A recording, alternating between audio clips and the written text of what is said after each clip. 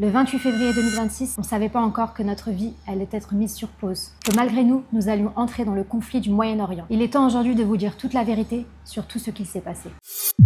La première explosion, comment ça s'est passé? Et il y a eu la deuxième explosion. Les influenceurs vous ont-ils causé du tort? Là, tous les téléphones ont sonné en même temps. Nos familles nous ont inondés de leurs stories. Est-ce que vous envisagez de quitter Dubaï? Espérer qu'il se passe des drames en disant vous allez, on a vu des messages du genre vous allez mourir. Est-ce que ça vaut le coup d'investir à Dubaï en ce moment? Des crises de panique, certains étaient prêts à revendre avec 50% de moins. Mais arrête de mettre des coups de pression, je stresse. Et basé en Thaïlande. Salut l'élite, on espère que vous allez tous bien. Ça fait un petit moment qu'on s'est pas vu, entre guillemets en tout cas sur le YouTube Game. Ce qu'on a fait, c'est qu'on a demandé aux personnes qui nous suivent sur Instagram s'ils avaient des questions à nous poser, que ça soit concernant la situation actuelle, ce qui s'est passé et ce qui va potentiellement se passer dans le futur aux Émirats, du côté du Moyen-Orient. Donc voilà, tout simplement pour vous donner notre avis, notre feedback sur la situation. On n'a pas fait de prise de parole directement parce que pour nous, il ne faut pas se positionner tout de suite à chaud. On avait justement cette intention de le faire, mais avec les émotions qui redescendent, avec un petit peu plus de recul, un petit peu plus d'observation. Donc c'était un temps de pause qui était nécessaire pour nous et pour vous aussi, pour pouvoir vous expliquer clairement quelle est la situation, quelle sera potentiellement aussi la situation. Évidemment, on n'a pas de boule de cristal, mais on a quelques indicateurs. Donc, on va passer au vif du sujet, les questions pour pouvoir y répondre. Okay. Et merci à tous d'y avoir participé d'avance. Alors, je tiens à préciser que tu n'as pas vu les questions. J'ai vu aucune question. Il n'a pas vu les questions. Donc là, pour le coup, moi, ça va être ouais, toi, ça va être à chaud, là. Surprise. Okay. La première explosion, comment ça s'est passé? Tu faisais quoi au moment où ça a commencé? Moi, personnellement, au moment où ça a commencé, j'étais chez le coiffeur. Ouais. J'étais chez le coiffeur en train de me faire une petite beauté, parce que vous avez pu le constater, j'ai des nouveaux cheveux, l'élite, et j'en suis fier. Et à ce moment-là, c'est toi qui m'as informé. En fait, à ce moment-là, moi, j'avais couché le petit, donc il faisait la sieste, je faisais la sieste. Il y a eu une première détonation, mais ça nous a réveillés. Mais vous savez pas du tout ce que c'était quoi. La nourrice de mon fils qui m'a envoyé un message qui m'a dit il y a eu une explosion à Abu Dhabi. Moi, j'ai pas du tout calculé. On n'a pas calculé. Non. T'es Surtout rentré. que moi, je l'ai même pas entendu chez le coiffeur. Ouais, toi, tu l'as pas entendu. T'es rentré et les 2 heures après, donc il était 16h30, il me semble. J'étais en train de jouer avec le petit. C'était calme, il faisait beau, on avait les fenêtres ouvertes. J'étais en plein milieu du salon avec Zakaria. On était en train de jouer, j'étais en train de le filmer et toi, t'étais dans la salle de bain. Et il y a eu la deuxième explosion. Ouais, il y en a eu même 2 ou 3 en tout cas d'affilée à ce moment-là. Là, on n'a pas compris. On n'a pas compris, là c'est l'incompréhension, on ne sait pas ce que c'est. À ce moment-là, comment vous viviez votre quotidien pendant cette guerre? Le premier week-end, on était un petit peu sur le qui-vive parce qu'on pouvait sortir à proximité et puis ça pouvait péter dans le ciel.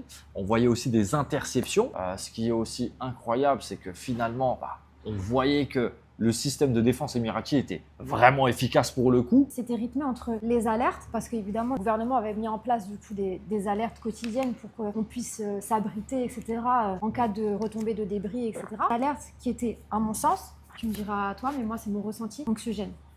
Anxiogène parce que déjà l'alarme elle faisait flipper. Ouais, voilà. Ça en fait, déjà ça c'est une alarme que toutes les personnes qui habitent aux Émirats, réveille les morts. Voilà. Je vous le dis, ça réveille les morts. Et quand on est en public, parce que ça nous est arrivé, on était en terrasse, en restaurant, en public, il y avait du monde. Là, tous les téléphones ont sonné en même temps. Et là, c'est vrai que là, c'est une incompréhension. Tout le monde se regarde, tout le monde attend que quelqu'un se lève ou se lève pas. Qu'est-ce qu'on doit faire? Est-ce qu'on doit courir, pas courir? Bref, c'était un peu spécial. C'est vraiment le premier week-end, on va dire.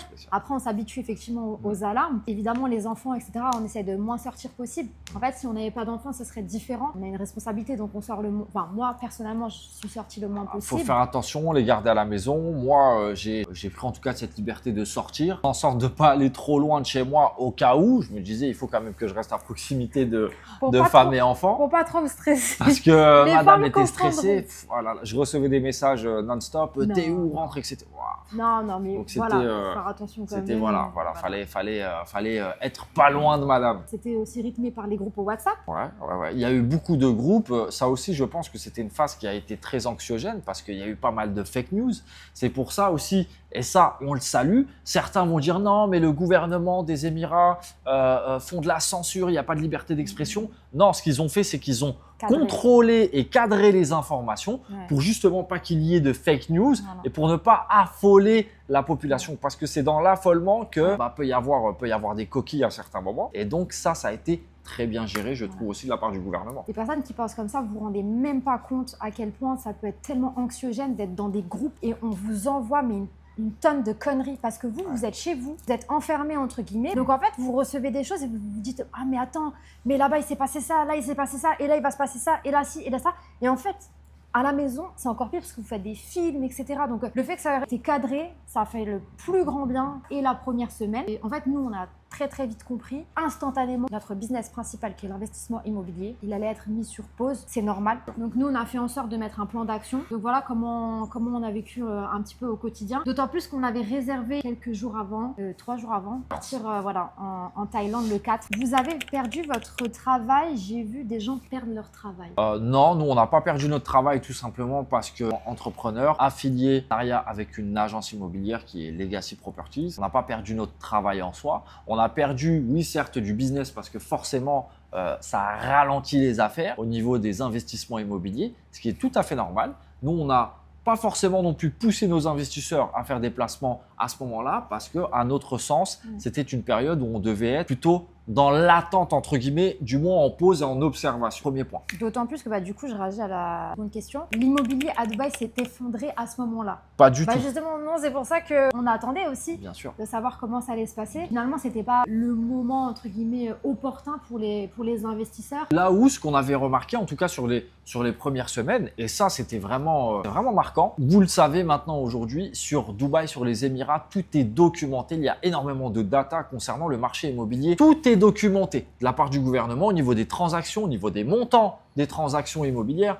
au niveau du type de bien. Ça peut être marqué que c'est une villa 4 chambres sur Jumeirah Island, que c'est un penthouse de 5 chambres du côté de la Marina, de Business Bay, peu importe. Et quand on regardait les transactions, les dernières transactions qu'il y a eu après le premier jour de la guerre, la plupart du temps, c'était des gros montants. Il y avait très peu de transactions qui étaient en dessous de 700, 800 000 euros. Pour le reste, ça a monté jusqu'à plusieurs millions d'euros. En fait, on voyait que c'était des placements finalement, parce que c'est vrai que nous, on est beaucoup avec la communauté francophone. Ils vont faire effectivement de l'investissement locatif, de l'achat-revente, etc. Donc peut-être moins intéressant en tout cas à ce moment-là et du coup qui était plus dans l'attente de savoir comment ça allait se passer parce que finalement on ne le savait pas, on n'a pas, comme tu as dit, on n'a pas de boule de cristal. Mais les gros montants, on sait que c'est des placements, surtout des capitaux de pays où c'est encore plus la guerre et qui ne peuvent pas investir ailleurs. Les gens savent pertinemment que même en temps de crise, les Émirats Arabes Unis restent aujourd'hui un hub mondial qui ne blanchit pas. Ça nous a montré une chose, c'est que les très gros investisseurs, ceux qui peuvent se permettre de placer plusieurs millions d'euros sur un actif immobilier, n'ont pas eu peur de le faire aussi à ce moment-là.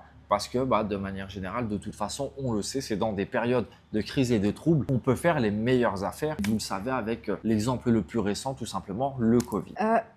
Vas-y. Mais arrête de mettre des coups de pression, je stresse. Les gens qui avaient investi, qu'est-ce qui s'est passé pour eux?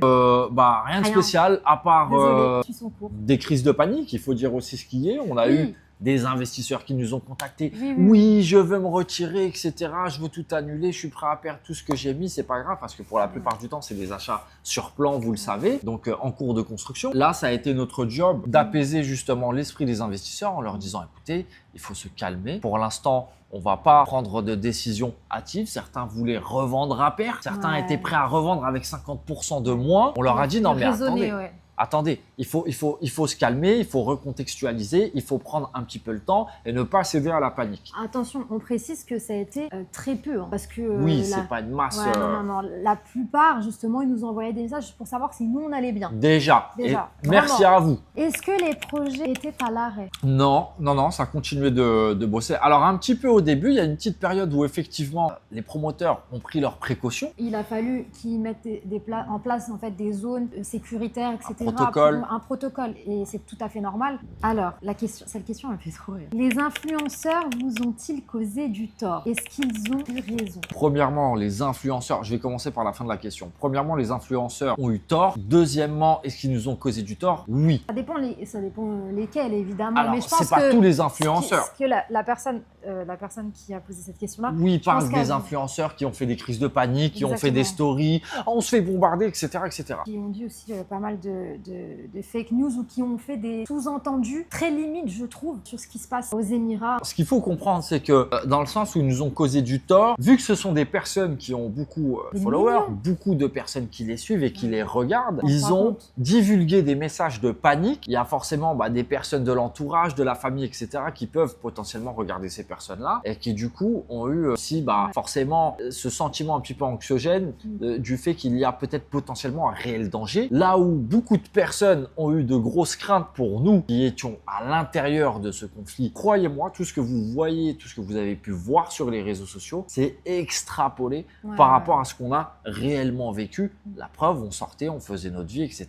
Alors, on ne dit pas que tout était tout beau, tout rose. On faisait quand même attention. On savait qu'il y avait potentiellement une épée de Damoclès au-dessus de la tête. Du coup, si je peux me permettre. Permets-toi. Il est très long, hein, et il parle beaucoup, l'ami. J'ai du mal à comprendre comment on peut avoir en fait une voix qui porte, même si les personnes ne les suivent pas, ça tombe. Même dans notre entourage à Dubaï, nos familles nous ont inondés de leurs stories. C'était insupportable. On leur a demandé de bloquer ces personnes-là. On leur a demandé de plus regarder. Déjà, des réactions à chaud sans savoir ce qui se passe, etc. C'est très mauvais. On le sait, hein, par exemple, quand il y a un conflit dans un couple ou quoi, si vous réagissez à chaud, vous divorcez tout de suite. On le sait, c'est mauvais. Faut tempérer. Comment vous avez reçu les critiques des gens depuis la France? Ceux qui se sont réjouis de ce qui s'est passé. Ça nous a tout simplement conforté dans l'idée qu'on avait choisi en tout cas le bon endroit pour s'implanter, parce que aux Émirats, la mentalité, c'est de ne pas avoir peur de la réussite, bien au contraire, d'en être fier et de le mettre en avant et de pouvoir se galvaniser aussi à travers la réussite des autres en prenant ça comme modèle, comme exemple. Là où en France, on met beaucoup en avant la médiocrité, la jalousie, et ça, c'est vraiment triste. Se réjouir du malheur des autres, espérer qu'il se passe des drames en disant on a vu des messages du genre vous allez mourir. On a reçu des messages en privé. Franchement, voilà, on va pas. C'est ce qui était dit, mais c'est violent. Nous, on n'est pas parti pour évasion fiscale, les impôts, etc. Nous, on est arrivé ici, on est reparti de zéro. On parlait pas un mot anglais, on connaissait personne. Aujourd'hui, les gens, ils viennent sur Dubaï, ils connaissent tous quelqu'un qui habite ici pour l'aider et tout. Nous, on est arrivés, on connaissait personne. Tout construit, on n'est pas arrivé avec des millions dans les poches ou quoi aux caisses, ou parce qu'on était influenceur ou parce qu'on avait déjà une commu ou quoi. Non, on a tout démarré comme beaucoup de personnes. Et même ceux qui sont venus aux Émirats avec des millions en poche parce qu'ils ont bossé, ils ont vendu leur entreprise, peu importe, ils ont le droit. Exactement. On a le droit de faire ce qu'on veut. Et ça nous a conforté dans une chose. La France, on aime le pays, il y a nos familles, on aime la culture, mais par contre, la mentalité, elle est détestable. Je vous le dis, pleine caméra, ces sujets de conversation-là, évidemment, entre personnes vivant aux Émirats. Si vraiment, admettons, dans un avenir très sombre, ça s'envenime et vraiment ça part en cacahuète, plus vivable ici aux Émirats, où est-ce que vous allez vous rentrer en France? Tout le monde est unanime et personne ne veut rentrer en France. Les gens sont prêts à aller potentiellement en Europe. On a entendu le Portugal, on a entendu l'Espagne, on a entendu le Maroc, on a entendu le Maghreb, l'Algérie, Tunisie, l'Asie, énormément, Bali, Thaïlande, Malaisie. On va tous nous les faire. De toute façon, je peux vous donner juste un exemple. Sur les pages d'expatriés à Dubaï, question dans les premiers instants du conflit. Juste par curiosité, y a-t-il des personnes installées ici qui comptent quitter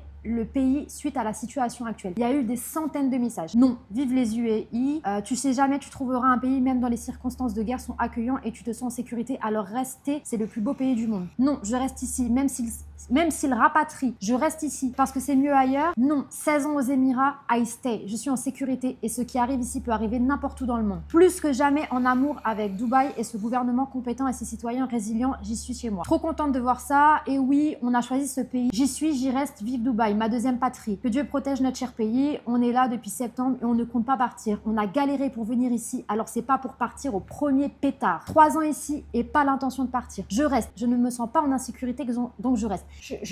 Donc les personnes qui se sont réjouies de ça, et en plus de ça, quand on a cliqué sur les profils, on voyait que c'était des personnes qui soutenaient certaines causes dans le monde. Et des fois des causes nobles. Des causes très nobles. Et on se dit, mais en fait, une vie, c'est 2 poids 2 mesures, quoi. Dans certains pays, c'est on soutient. Dubaï, qui est un symbole, vous méritez ça. Ça va rejoindre un petit peu ce que tu as dit. Est-ce qu'il y a eu un moment où vous avez décidé de tout arrêter et de rentrer en France? Alors non, comme on vous l'a dit précédemment, on n'a pas cédé tout de suite à la panique, ça c'est une chose importante. Deuxièmement, pourquoi ne pas rentrer en France? Parce que justement, si on a quitté la France, c'est parce qu'on n'avait pas forcément de perspective d'avenir radieux pour nous. On est venu en tout cas le chercher aux Émirats. Une expérience aussi, on ne savait pas si on partait pour 1 an, 2 ans, 3 ans. Voilà. Exactement. On est avant tout des enfants du monde. Je pense qu'il n'y a pas que la France. Le monde, il est tellement vaste. Est-ce que vous avez eu du soutien? Oui, on a eu du soutien de personnes très bien intentionnées, que ce soit les familles, les proches, les amis, les investisseurs, qui ont tissé aussi de bonnes relations. Moi, j'aimerais rajouter, on a surtout eu des liens encore plus forts. On s'est réunis avec les enfants, etc. On restait ensemble, on s'entraidait énormément. Avec tout ce qui s'est passé, est-ce que vous envisagez de quitter Dubaï? Non.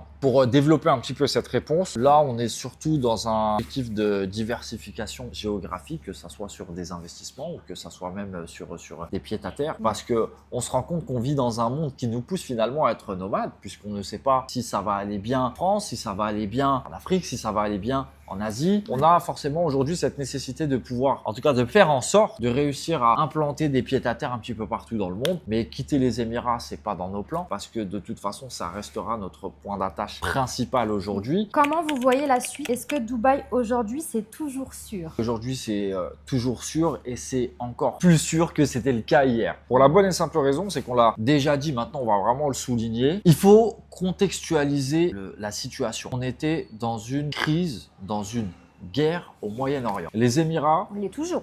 on l'est toujours. Les Émirats, c'est l'endroit qui a reçu le plus de missiles et de drones. Et c'est l'endroit où il y a eu le moins de dégâts. Donc, quand on a un pays, un gouvernement comme les Émirats qui font la promotion de la sécurité et que certaines personnes ont dit sur les réseaux sociaux, bah maintenant qu'il n'y a plus la sécurité parce qu'il y a des missiles, eh ben les Émirats, ça va couler.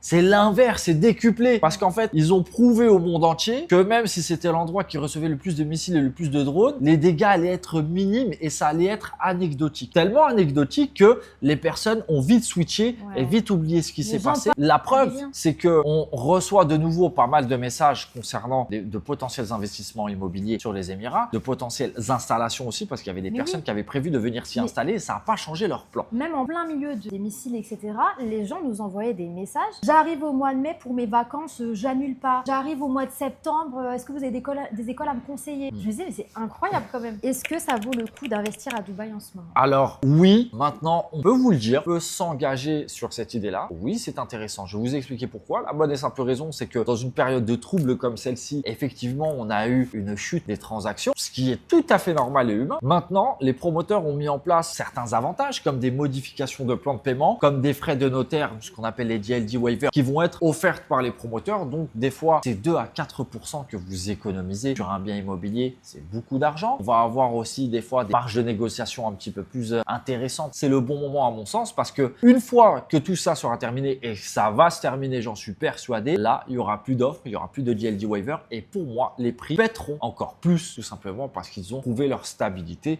leur solidité. Tu peux parler? Tu feras le montage, tu verras, tu vas rigoler, tu vas dire non, parce qu'en fait, que des... Respire toutes les 2 secondes. Quel conseil vous donneriez aux investisseurs pendant cette guerre? En fait, c'est le conseil qu'on donne à chaque fois. Diversifiez vos actifs. On l'a vu. On a eu une grosse remise en question sur ça. Conseil, nous, nos investisseurs, à diversifier leur business, leurs actifs, leur portefeuille immobilier dans divers endroits dans le monde pour aussi avoir plusieurs devises différentes, pour avoir plusieurs visas différents, pour avoir plusieurs rendements différents, etc. Et en fait, nous, on s'est rendu compte que notre business principal, il dépendait 90% du marché immobilier de Dubaï, qui était là à l'arrêt. Nous, c'est notre premier conseil, c'est diversifier. Exactement. Et la diversification, c'est ce dont on parlait en tout cas dernièrement, avant que tout ça se passe, parce qu'on avait déjà ces projets en tête et certains plans, certains objectifs qu'on voulait évidemment vous faire partager et qu'on commence à vous partager là évidemment maintenant sur YouTube. Quelle est la leçon la plus importante que vous tirez de cette crise? La leçon la plus importante, ça rejoint un petit peu à la question à laquelle on a répondu juste avant, la diversification. Faire en sorte d'avoir, on va dire, un business entre guillemets centralisé avec quelque chose de tentaculaire qui fait que si vous avez une tentacule qui est coupée pendant un moment, vous avez les 15 autres tentacules qui vont continuer à travailler pour vous. Et donc ça va pas vous faire un trou béant dans votre caisse, dans votre poche. Franchement, profitez de la vie. Je vous jure, faites ce que vous souhaitez faire vraiment à l'intérieur de vous, d'accord? Parce que nous, par exemple, on avait un projet déjà depuis un petit moment. On n'a jamais exploité à 100% parce qu'on était dans une machine à laver, entre guillemets, de l'effervescence de Dubaï avec notre travail beaucoup pris, etc. En fait, on était dans une bulle finalement et ça nous a obligés à stopper ce qu'on voulait faire déjà depuis le début, c'est-à-dire pouvoir essayer de vivre entre 2 continents, avoir une majeure partie de l'année à un endroit et pouvoir avoir cette possibilité-là de pouvoir aller ailleurs et finalement de profiter. Respire. Qu'est-ce que vous diriez à quelqu'un qui hésite aujourd'hui à tout quitter pour s'expatrier? Fais-le. Fonce, essaye de te préparer au mieux, de vous préparer au mieux. Évidemment, il y a certaines conditions qui vont devoir être cochées pour pouvoir se faire. Ça dépend aussi de votre situation. Si vous êtes marié, vous avez des enfants, pas d'enfants, célibataire, seul, juste en couple, peu importe. Mais faites-le. Profitez-en parce qu'aujourd'hui, on a la chance. Le monde, il est vaste. Le monde, il est ouvert. Vous pouvez prendre des billets d'avion. Vous avez Internet. Vous avez ChatGPT. Vous pouvez avoir beaucoup d'informations. Là où nous, quand on est arrivé, par exemple, aux Émirats, on avait très peu d'accès à l'information finalement. Aujourd'hui, tout est documenté sur Internet. Internet. Donc, il y a des facilités, du moins plus de facilités aujourd'hui qu'il y a maintenant quelques années en arrière. Profitez-en, sautez le pas, vivez vos rêves. Si vous y arrivez, tant mieux. Si vous le faites et que c'est un échec et que vous repartez à la case départ, c'est pas grave, vous aurez appris des choses et ça va vous servir pour la suite, peut-être pour une autre aventure. Et maintenant, c'est quoi vos projets? Donc ça, c'est la dernière question. Évidemment, vous allez le voir sur la chaîne avec les vidéos qu'on va vous partager. Comme on vous l'a dit précédemment, on avait déjà pour but et pour objectif de mettre en place une diversification géographique au niveau des investissements immobiliers. Donc vous le savez, maintenant depuis un moment, nous on aide les investisseurs à construire du patrimoine et à faire des placements immobiliers. Ça, c'est important. Nous, on n'est pas dans le trading ou dans la crypto. Maintenant, tout ça, ça a été ralenti par la frénésie de Dubaï et du métier qu'on fait. On va dire que le positif dans tout ça, c'est que ça nous a laissé du temps justement pour pouvoir finaliser tout ce qu'on avait commencé depuis 2025 sur une diversification géographique. Vous le savez, en tant que structure, on est basé à Monaco, à Tokyo, évidemment la maison mère à Dubaï. Et maintenant, on peut vous l'annoncer officiellement, si vous l'avez toujours pas compris, on est basé en Thaïlande tout simplement parce que c'est un marché qui est intéressant tout en ayant cette expertise. Ça, c'est important pour nous. Et sur cette dernière réponse, on vous laisse découvrir la suite de nos aventures incroyables en Thaïlande. On va explorer ensemble un marché immobilier encore méconnu, mais avec un énorme potentiel. Et je pense que vous n'êtes pas prêts. On parlera d'investissement, de rendement, de diversification de patrimoine, mais aussi de la vraie vie sur place, au quotidien et sans filtre. Vous le savez, avec nous, Mommy Daddy Invest, notre objectif a toujours été de vous aider à construire et diversifier votre patrimoine immobilier. On se donne rendez-vous dans la prochaine vidéo qui sera la première d'une longue série sur la Thaïlande. Allez, ciao l'élite!